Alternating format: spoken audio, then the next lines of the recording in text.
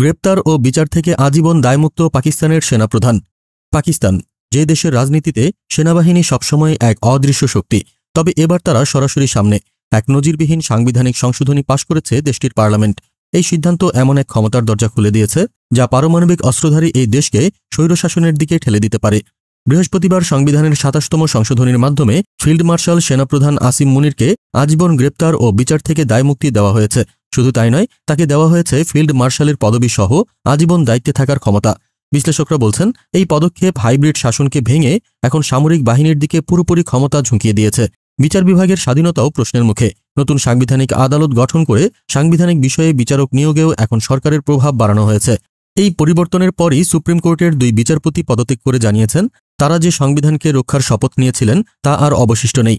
সমালোচকদের মতে ক্ষমতা নিয়ন্ত্রণের লাগাম আরও আলগা হলো। এই পরিবর্তনের ফলে কি পাকিস্তানি গণতন্ত্রের অবশিষ্ট অংশটুকুও বিলীন হয়ে গেল? সেনাবাহিনীর সীমাহীন ক্ষমতা বৃদ্ধি কি আঞ্চলিক শান্তি ও স্থিতিশীলতার জন্য হুমকি নয়?